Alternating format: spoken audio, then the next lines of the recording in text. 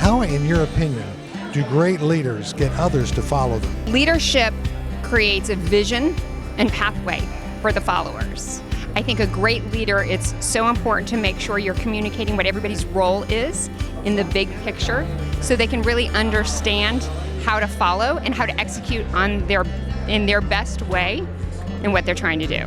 I look for this in all of our leadership. We call it the 3 C's at DSG. The 3 critical components. Number 1, you got to connect with people because people don't follow people they don't trust.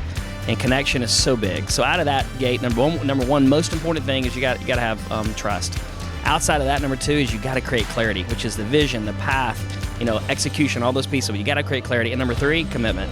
And it's the leader's job, I believe, to provide those 3 things: connection, clarity, and commitment. You do those 3 things, you're going to win. Do you have a thought about any books that you've read recently that have a leadership in mind?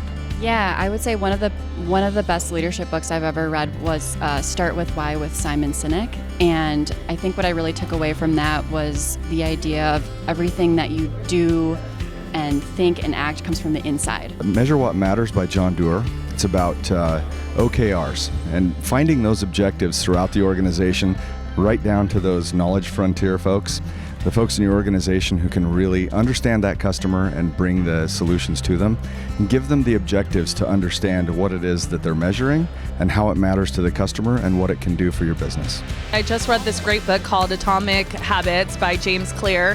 And really what he talks about is you can become better by just changing 1% a day. But one of my favorite books is actually Elizabeth, CEO, and that is about Queen Elizabeth I. And of course, she had a lot of challenges. And her book explains how she was basically had all the attributes that a good CEO has today. I've always thought Good to Great was an excellent resource for leadership through generations.